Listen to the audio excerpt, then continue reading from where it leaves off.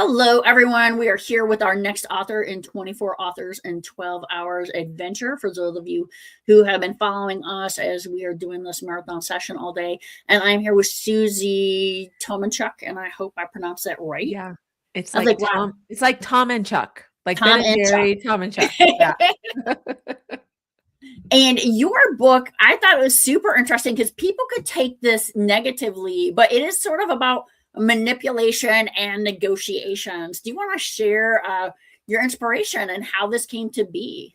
Yeah. I was a corporate executive and I was in really high end negotiations, high dollar. And I started recognizing that negotiation really happens everywhere, especially having three young children at the time, young girls.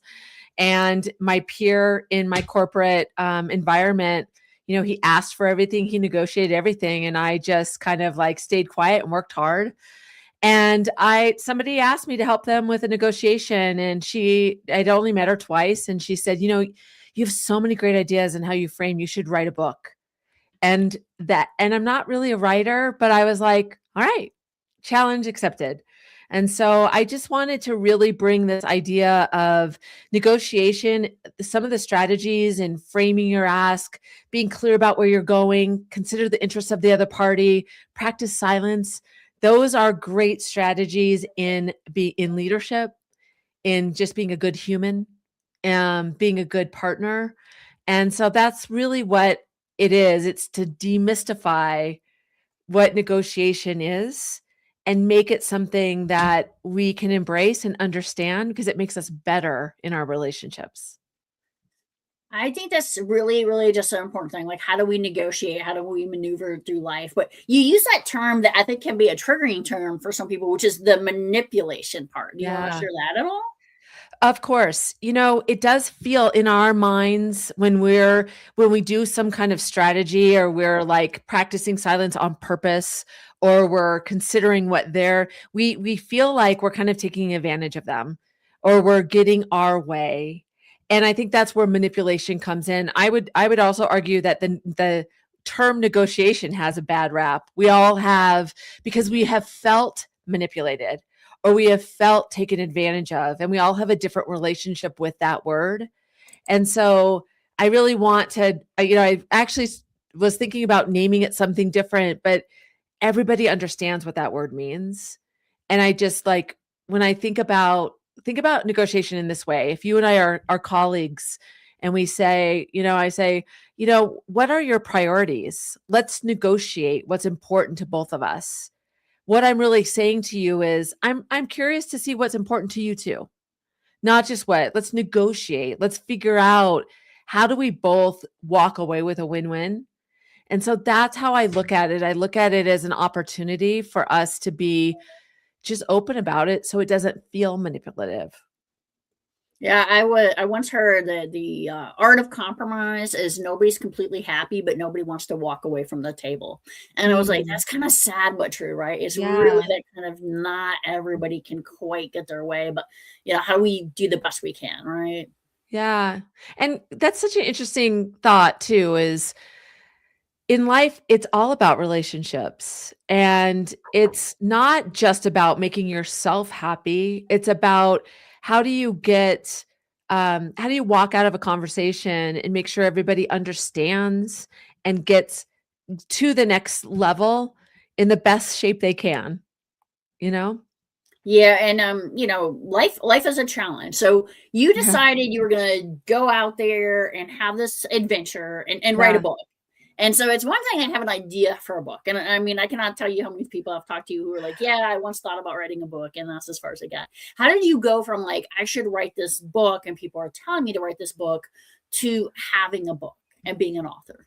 Yeah. So I really thought of it as challenge. And I'm not kidding when I say I'm not a very good writer. And I actually am not like I wish I had that thirst. I have a daughter who just reads all the time. And I'm just not that great about reading. And I was like, wow, writing a book would be a huge challenge for me. And so that was really the thing, and I wanted to write the book before my parents were gone. They're both still here. And so that was a bit of my challenge too. And I just getting it done became the the goal. And it was funny because I have a friend who's a CFO, and so you need people to write about your book. And so I asked her, I said, can you write something in the front of the book? I'm done now. And she goes, okay, well, send me the manuscript. And I'm like, oh no, like I literally thought, I don't really want anybody to read this. Like this wasn't for anybody else. Like I'm like, no, can you just write something? She's like, what are you talking about? So it was funny that it became something that was a challenge for me. And so now when people read it, it's all my stories that were very vulnerable to me.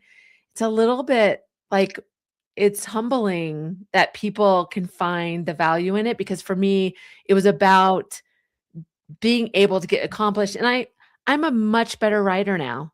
And I'm really proud of myself for that. So you brought up a perfect point, and I'm going to talk about that. And while I do that, I'll like throw this question out to you. Then I'm going to share my book links, which are free, both today and tomorrow, into the chat. And I'm asking people if you could please download these from Amazon, and they're free, like free, right? So download them, peruse through them. You can do that speed reading from 6th grade that you had to do when you had a book report due, and just one or two lines or a star means everything, because I need these books to get more credits in Amazon. Can you share? You said feedback first from somebody who was a close person to you. How have you been able to deal with the feedback and incorporate to the feedback that you've been getting on this amazing book that you wrote? Yeah, it's it's funny when you know that somebody has your book and you don't really know when they're reading it. And you don't know what questions they have or how it's landing. And so when somebody does share, that woman that inspired me to write it, we had only talked on the phone a total of 3 times, and I didn't know her well. And so when I finished the book 3 years later, I reached out to her and said, via LinkedIn, I didn't even have any of your contact information. I said, "Can I send you the book I wrote because you inspired me?" And she's like, "What are you talking about? I don't even remember saying that to you." And then when I met her in person, she brought my book along with her, and she had Hmm. all these like little tabs in it for notes that she wanted to remember. And she was going through it and she was asking me, "Tell me more about this or this." And it was so funny because, by the time that you're separated from your book for a while, you don't know exactly what's on page 252, you know? And so it was interesting to see that different people got different things out of it, and how people start sharing it with others and gifting it to others because it had an impact on them. And then people getting it, because my thing is, it opens up a new dimension for you if you can just see that negotiation is happening all around you. And so when people come up to me and say, "I always knew negotiation was all around me, but now I really understand it's all around me. It's all everywhere." Like they get this energy, and I'm like, that's exactly what I wanted. That's exactly what I wanted, for them to see and unlock the thing that I saw so powerful that helped me go from being the path of least resistance that I worked hard and just hoped they saw me, to being like, raise your hand. Let me show you. I'm not just going to show up. I want to be seen. I want people to understand my ideas. I see this as a way that, when we're silent, that's sabotage in some ways, because we don't share. People don't live in our minds. We need to share or frame what was important to us or articulate it. And that's really where my passion is. I love that point that you just made about people don't know what's in your minds. And so often, and I love this term for authors, people judge a book by its cover. And, somebody could look at you and somebody could look at me and go, like, demographically, I believe these people are similar. So I'm just going to assume that they both, I'm going to pick a random thing like country music or something, right? Uh-huh. Because we fit a certain demographic. And I personally am not a huge fan of country music. There's probably like 5 country music songs I like. I don't know if you're a fan though, so I'd love to kind of get your thoughts. Do you like country music? Yes or no? Is kind of, but that kind of difference of how people pigeonhole you, but then how when Yeah. you negotiate, you really have to kind of know more about that inner person. Yeah. Yeah, and it's all about discovering. I think that just like in everything in life, if gosh, we took some more time to be curious about the person that's sitting across from us. I think that when we're faced a high stakes situation, no matter what it is, high stakes is very personal for each one of us. It could be that there's a person in the room that you don't have high trust with, and so you really don't want to speak up. Or it could be that you've never bought a car before and it's really intimidating to you. Like every situation can be high stakes. In fact, I have people that say returning shoes to Nordstrom's is high stakes to them because that makes them uncomfortable. They feel like they made that commitment. They don't feel like it's their right to return the shoes. And some people will be like, "What are you talking about?" So it's very personal. And I feel like when we understand that we face these things and how do we understand the other side? How do we take that moment to shift out of our head? Because when something's high stakes, we get emotional and that clouds our ability to think objectively. And so having strategies that take your focus away from your emotions and your apprehension and your fear can help you have uh, be courageous to be curious. And I think so many, they say that most negotiations are riddled by poor communication. And that's the majority of them just go south because people aren't communicating. And I think a lot of that comes from we're in our own head. We have our own interests in mind. And when we lead with that, you know what the other person does? They focus on their own interests. But when you make that bridge and you build trust, then it becomes a conversation. And that's really what a negotiation is a conversation. And I mean, this is just hitting home to me as I'm watching the United States and the global community right now. And, Yeah. you just see people where they have one sentence about one view, and people Yeah. immediately assume some kind of polar, whatever it is they're planning in their head. And it's like, whoa, everyone is nuanced here, people. Like, people have a Mhm. lot of thoughts going on. And gosh, I feel like we need to kind of gift this across America right now. Like, everyone needs to kind of understand, like, we all have these different perspectives, but then we all have the unifying, bringing us together, that we're all humans. We Yeah. all have some of those basic, Maslow's hierarchy of needs, those basic needs of like safety and being part of a Mhm. community, and food, shelter, water, all those things come into play there. So gosh, that got really deep really quick there, Susie. I appreciate your being here, and I'm going to share. Susie, you came recommended to me from Jennifer, and I'm glad you're here. And I do this show because I believe in it, and I believe in just kind of featuring authors. And I'm going to put a couple links in. We do have a donation link, and we do have some merch. So if anybody wants to buy, a 24 authors in 12 hours cup, or anything else, we've got those on there. And we are an author helping author event. If you're an author and you're out there right now, I am not charging. And what I'll say is, every author is telling me they are being overwhelmed right now. I don't know if it's AI or what that's changed in the past 6 months or so, but everyone is being bombarded with these I will put you in a book club. I'll do this. I'll do that. I used to have such an easy time getting authors on this show, but people are like thinking, like, what's the catch? The catch is simple. It's 30 minutes of your life. Your time is your most precious resource. I get you could be doing something else on a Saturday afternoon, so I appreciate your being here. But I just think it's so important to get the word out for authors. And if Yeah. you could talk about what it's been like to market and share your book, because a lot of authors say that's really the hardest part. Oh gosh, that is the hardest part. And you just think that once it's done, but that is really the key to it is really getting some momentum behind it, and so getting people excited about it, using your close network to help you, get that word out and amplify your voice, and that book is really key. I know there's a lot of strategies around that to get people, right where it drops, do different things. I think those are interesting for sure. My strategy has been definitely using my network of people who know me, but also being really generous with being able to give the book to people so that they have access to it, and then share it with others. And I even do, I'm running right now for people, like I also talk about the art of influence because it's very connected. And we don't take time proactively thinking about the people that have been in our past that are really important to us. So one thing that I do is I tell people, I'll gift my book to somebody that you want to just tell, hey, I've been thinking about you and I just wanted to share this book with you.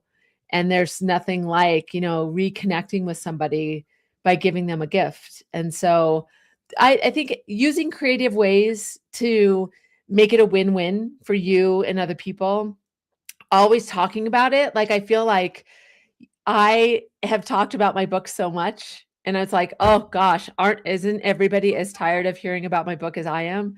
But people find you at different times and they don't see every single time you post or you're on. And so just continuing to talk about it. And I think also is the passion around it. If you really love what you wrote about and you think it's going to benefit other people, then it makes it a lot easier to be bold about it. To be honest, it took me a while to call myself a published author. That felt like something I'd heard my entire life. That was something that was for other people and not me. So just the process of going through, people have deep respect when you finish a book, because I think a lot of people would love to do it and just don't find the time or don't prioritize it. And just that alone, those connections it makes, is really powerful. So I think it's about talking about it. It's about thinking about how do you amplify your voice through others, and then think about giving first. How can you make it a benefit for others to talk about your book? We got a comment in the chat. So it's definitely the hard part, getting the book out there to a wider audience, Yeah. and I think it's hard and it's a challenge. And that's why I love this program. I started this program during COVID. So I was launching my second book and nobody could go out. And so I ended up launching this program, and I love helping other authors. And that's why I normally don't talk about it as much during the interviews as I am this time. But like I said, there are so many scams out there. People are like, okay, what's the catch? I'll have people, and I just straight up respond now, like, with what are your fees? And no, I am not paying for a review. This is like unethical. So if you want to review my book, like, please, like, there's Amazon, there's Goodreads, leave that review. But, and that's why you mentioned something about putting out there for free. My books are out there for free right now. Please download them. Please like them. And, and if you don't like them, that's okay too. Like, one of the best reviews I got was somebody said, this did not help me with my PMP. That's a project management professional cert. And I was like, nor should I have. Like, this book, it did exactly what it was designed to do. It is a book about applying project management techniques to your day-to-day life. It is not about passing your exam. So that's a very different book that you should be studying. And so I think that that's an important thing, is like this negotiation book that you wrote, like you said, it's meant for a certain audience. It's not that, like, if I wanted to read a novel, this is not a novel, right? And so Yeah. I think knowing that about your book. So what's next for you? What do you have coming in the future, Susie? Yeah, I'm doing a lot of speaking now for audiences to really, like, raise your hand, like, advocate for yourself, support others, kind of the same message that I've been talking about. And so again, I have a lot of passion around that. My next book is going to be I'm in the middle of it. It's going to be a book / journal for leaders to really think about what it's like to live outside of you. That is unaccessible to us. I always tell people it's like the back of your head. You can feel it. You can see it in the mirror. You can see pictures of it, but it is literally impossible for you to stand behind yourself and experience the back of your head. And we need to understand, we need to be a data collector about what it's like to experience us. And so that's the premise of the journal, and sharing some wisdom around that. As you get older, you get more wisdom. I used to think people use that as an excuse as getting old. When I'd hear people go, I feel so good to be in my 40s or 50s. And I'm like, oh, you're just rationalizing being old. But now that I'm there, I'm like, it's really true. I see a lot. I work with a lot of executives. I work with a lot of leaders, a lot of teams, and I like to share, some of the challenges that they have because frankly, they're very similar. Everybody has a lot of similarities around leadership, no matter what type of leader you are. So that's my next book is a journal book that I hope to finish soon. I'm pretty close. So that's super fast. I actually teach leadership. It was one of the courses. Teach a few different leadership courses, and one of the things that we use is these techniques of journaling. And probably the only negative feedback I've gotten from students on the journaling exercises is they're like, I can't completely be honest in my journals because I know someone else is going to read it and grade it. And I was like, that is true. Like you probably have a different personal journal than you do to the one that you're turning into your professor. But I think the act of journaling and the act of reflecting, especially in those leadership roles, and that's where I think the importance of teaching leadership is important because when I was young, it was always, oh, this is the technically successful person, so we're not going to promote them. But technical success does not equal leadership success. And I think people are really finally starting to figure that out. Yes, I totally agree. And you don't just become a leader and then you're done. We're always shifting, we're always changing, and everybody's leadership is very uniquely their own. There's principles that you should follow, but it really is about being able to be open. And like you said, journaling is really powerful. It's the only way that we can invest in our own self-awareness. And most people, they survey people more than not almost 90% of people say they're self-aware, but when they test them, it's only around 15%. And so it's funny. It's like journaling, self-reflection, meditation. Those are the only ways that help us understand who we are. So it's very powerful. But just don't turn them into your professor. Yeah, well, it's like I said, I'll get some pretty raw ones though from some students who like will admit, like I learned from this class, I made a mistake, I didn't handle the situation well, and that's great. And that's like some true vulnerability to admit it. And I think that being a professor, where I get, at the end of a return, I get that feedback from my students of what they liked, what they didn't like, was I a success or failure teaching in this class, what they want to change about the class, right? Like, same as being an author, getting those book reviews, like that feedback is something I think pretty unique that you don't necessarily get everywhere. And I wanted to touch on one more thing here. And I just, I'm not sure if this is your area of expertise, but you did mention dealing with your kids in negotiation, which is why I thought it might be appropriate. And what I've really seen is that generational shift. So I saw the generational shift when it went to the millennials, and now I'm seeing a different generational shift as I'm starting to teach those Gen Xers. And is definitely an awareness that the people that I am now working with and negotiating with, I love that term, negotiating with. I love it. They have different priorities and different views and different perspectives. Mm-hmm. And is this something that you've noticed or that you address at all in your negotiations, either in your book or in your speaking? It depends on the audience. Yes, they are really different. And then what it comes down to is you touched on it. It's their interests. What's really important to them. One of my daughters is on the lower end of millennial, and then my two others are Gen Xers, and they're all in professional careers. And it's interesting how they look at life and their professional roles. And they're different than the way I was brought up, the way I look at the world. I mean, to your point too, we all have a different view, optic lens, depending on our life experience, how we were brought up, where we were brought up, all those things. And we shouldn't pretend like we understand the way that other people see through their lens.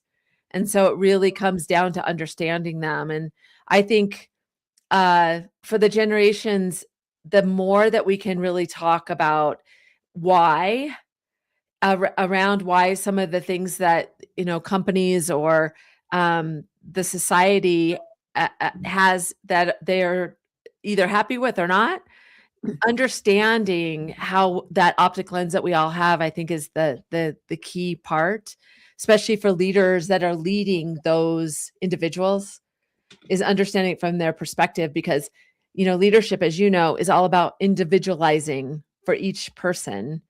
And so you need to understand, how do you motivate them? How do you get them to get the best out of them? The only way you can do that is to really understand them. You know, we need to talk about that. My book that I wrote about Admiral Stavridis.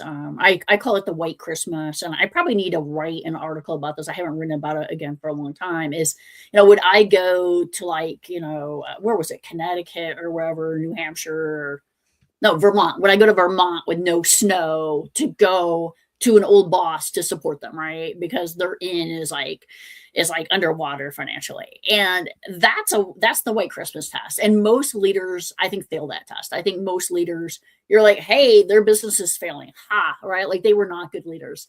But the leaders who matter, like you're saying, that 15%, you're willing to go to Vermont with no snow and try to save their business because that leader made a difference in your life. And Yeah. those leaders, like, you just, they always stay with you. Yes. And you know, that's a truly amazing thing for a leader to be able to do. We are kind of reaching the bottom of the hour. As I've Okay. mentioned, if you are out there listening to the live streams, if you're following the Facebook chats I've had going on, I'm going to spend the next 2.5 hours around. And if you pop in the comments or send me a DM and you're like, hey, I want to do open mic, I just want to talk about my book and share some thoughts about my book. It'll be casual, informal. If you are interested in next month, we are featuring romance, romantasy, rom-com, poetry, all things. It is on Valentine's Day, 8 o'clock in the morning till 8 o'clock in the afternoon or in the evening, East Coast time. That's what I base it all off of. And so please, if you're an author and you're like, I want to get my book out, I want to get my works out, I don't know how to do this.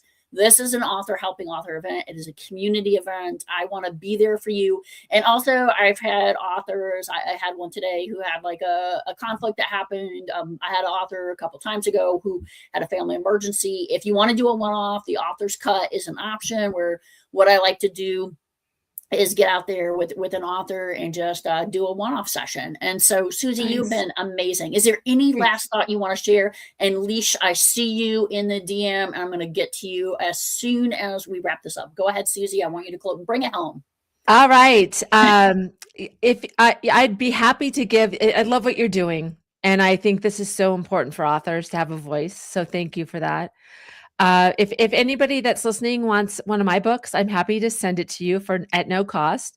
If you go to negotiationlove.com, there's a little box where you can talk to me, ask me a question. If you put your name and your physical address, I'd be happy to send you a physical book. But I'd love for people, I also have a newsletter link there if people want to hear from me on a regular basis on how do you create your own negotiator mindset. I talk about that in my stories every week. And I'd love people to follow me on Instagram, or I'm big on LinkedIn as Susie Tomenchok. So thank you so much for having me. It was so fun to have this chat today. Susie, it's been amazing. I'm definitely going to share your social links and stuff Perfect. In the chats after this. What I will be doing is sharing out clips. I will be sharing out information. Send me your book, mail me that book, and Okay. I will make sure. One of the things I love to do is take pictures of the physical books and leave a review, and then kind of Thank tag you. back to these interviews and stuff for people. So I love this community. I love the authors out there. Susie, oh my gosh, I'm so inspired. And Leash, I'm going to go ahead to your DM after this. So thanks a lot, everyone. And our next scheduled author is Sheldon Stoville. It's 5 o'clock Eastern time, and we are booked then from 5 o'clock to 7:30 with some super amazing authors. And I hope that people are able to log in. Thank you again, Susie. Yeah, thank you. It was so great.